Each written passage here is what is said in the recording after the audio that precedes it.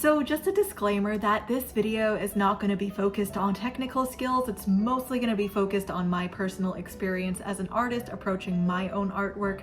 So for those of you who are unfamiliar with my work, my name is Mutripled, otherwise known as Michelle, and I post my comics on Instagram. I just finished publishing my first graphic novel, and I'm also a story artist in the animation industry. So I might know a thing or two on creating art. I am more in the world of storytelling, cartoons, illustrations, animation, things that have a narrative, and I'm sure if you've watched my other videos, you understand where I'm getting at. So one of the number one things I see a lot of amateur artists do is that they overly focus on their technical skills, which is not wrong. You know, it's necessary to focus on your technical skills so that you could develop draftsmanship skills, clarity in communicating your artwork, especially for your audience or a future employer.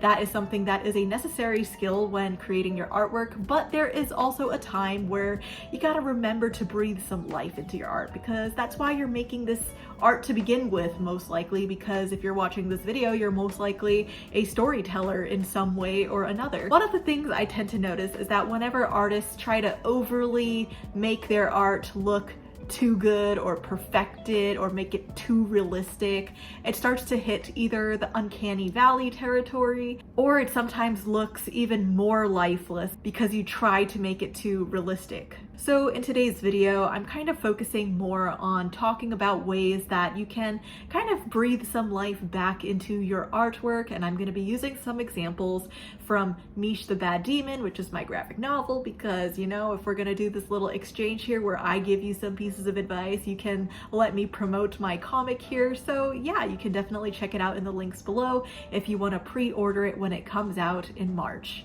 So number one is nuanced emotion, because I feel like I see a lot of people still leaning towards the basic emotions of happy, sad, angry, but in reality there's a spectrum of emotions, and especially if you are in the storyboarding comics world, you're gonna have to be able to be more flexible with the different mixtures and types of emotions that you're going to play with.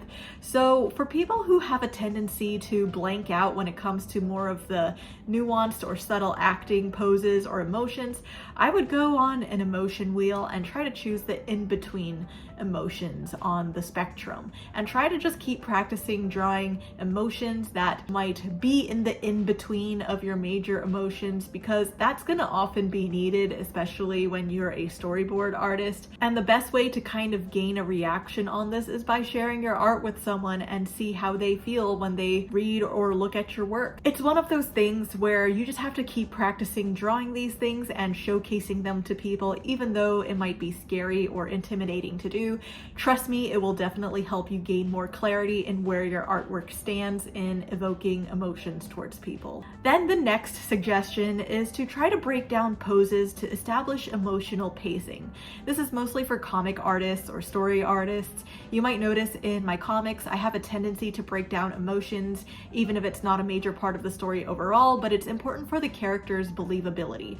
Sometimes you don't let an emotion sit long enough and it feels like the character gets over something too fast. So that's why sometimes in my comics, when I want to show the reader or the viewer how this character is processing an emotion, it allows the reader to sit there with them for a moment. And in the storyboarding world, A poses, B poses, C poses are going to be very common when it comes to subtle acting.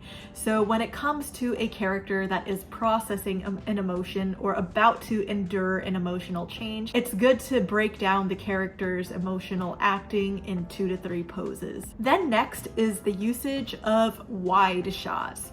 So if you are an animation person or a film student, you might already know that this is good for establishing an environment, background, situations, and just creating some sort of exposition in the scene.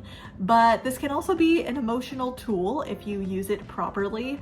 The wide space helps with the feeling of emptiness, so they look smaller in the scene, which also makes them seem smaller, which contributes to that feeling of just being so small in the world. This tiny speck of dust in this large world type of vibe, without always having to rely on going so close up on the character's face just to get this emotion. So then the next is kind of more of an anatomical suggestion, especially for the people who tend to lean towards creating stiff poses.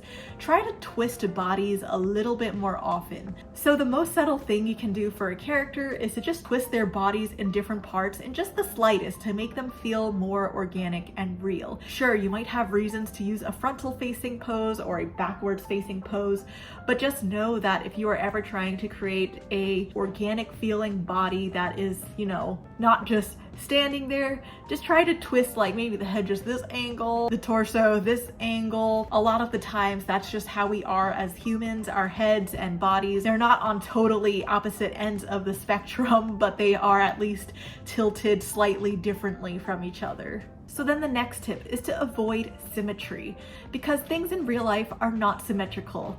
Make different limbs of a character doing different things if they are in a frontal position, or intentionally try to make the character not symmetrical. Like maybe they could just be like their head is slightly tilted, maybe their eyebrows are at slightly different angles, maybe their smile is at a different angle or something like that. These are just ways that you can bring a little bit more character into your character without trying to make them overly symmetrical or perfect as a drawing. So then the next piece of advice is more for backgrounds, which is don't draw buildings with straight ruler lines. Like sometimes in Photoshop, you might just try to use the straight edge tool where you just create a straight line to create buildings, which, you know, sometimes that could be fine, but my personal preference is that the tiny imperfections of the attempted straight lines actually sometimes makes it feel more alive and less stiff. Anytime I see buildings in the backgrounds made with too straight of an edged line, it feels a little bit too copy-pasty, even a little bit clip-arty sometimes. So I tend to not really use straight lines unless if it's maybe for the comic panels, because that is intended to be a box. But again, I sometimes allow the organic lines to just stay as they are, where, you know, you do your best to create a straight line, but the line at the end of the day is not really truly straight. It's just gonna have its little imperfections. So I like to maintain those imperfections just to make my drawings just a little bit less stiff looking when it comes to the end result. So the next tip is mostly going to be for maybe film students or comic artists or animation students, which is to remember to vary your camera angles, because a lot of people just compose things straight on, but either choosing a side that we will either look up to or look down to can evoke a feeling of dominance depending on the party that we choose to angle upward on. We don't always have to just shoot things in this angle just for the sake of establishing dominance, but sometimes it just helps create some dimension in your work and give people a sense of the space as well, or give a focus on the thing that we are angling on. So varying up your camera angles can sometimes help people understand what you're trying to say with your work, especially when choosing what you're trying to emphasize. So the next time you draw a panel in your comic or a storyboard and you realize that it's just like straight on, like eye level, maybe try to just change things up a bit to see how that might go. So next, this is also kind of a storyboard artist or even a comic artist type of thing. I personally do this even in my comics and storyboards, but anytime you show a background or a character entering a new background, always provide 3 detail shots to kind of immerse yourself or take notice in. This is more for story artists, comic artists, because anytime your character enters a new world, you get that broad view of the overall scene, but you want to also take note of the certain details of the world to soak it in. When you go somewhere new, there probably are specific things you notice from your experience. So in the animation pipeline, it can be helpful to provide these additional shots because you give a moment to let the world just be or just let it sink in.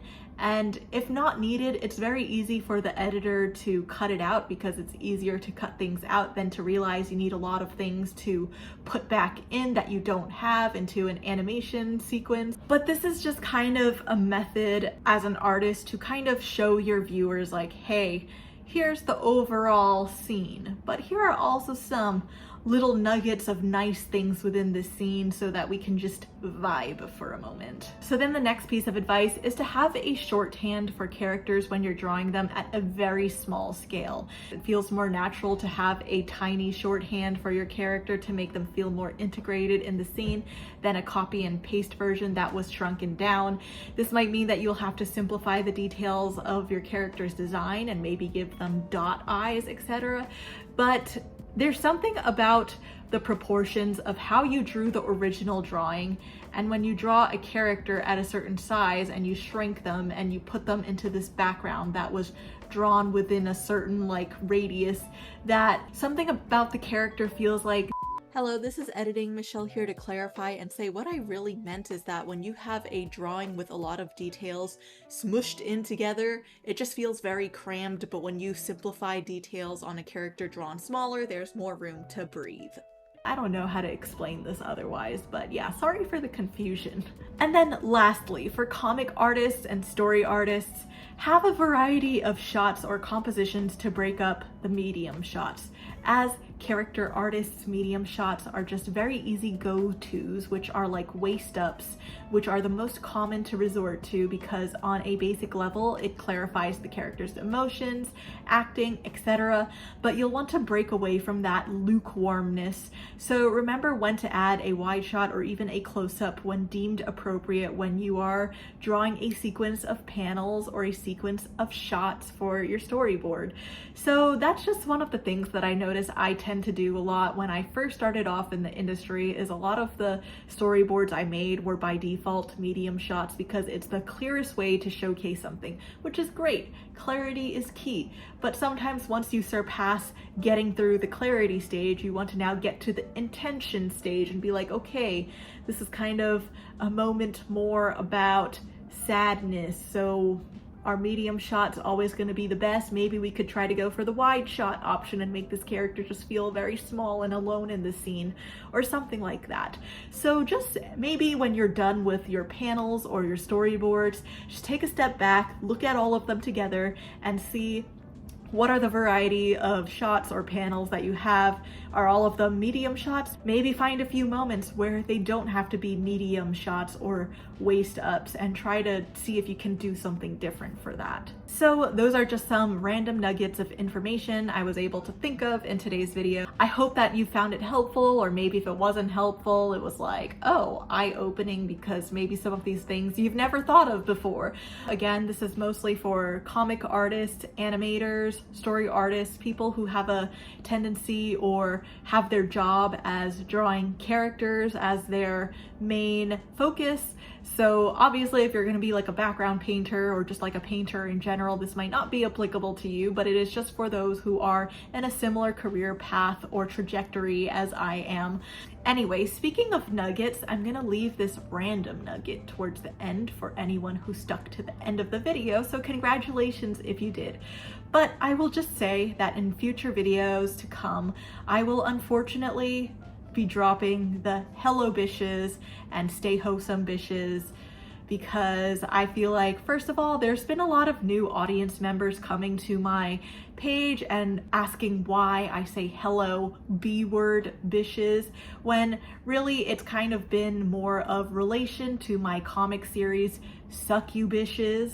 So I call my audiences my bishes in the affectionate friendship, female friendship type of way. But for the future growth of my channel, and if I want to keep doing this, I feel like I'm gonna have to unfortunately let that phrase go, because YouTube is gonna be a little bit more strict with censoring curse words from videos, especially when they're said in the beginning of videos.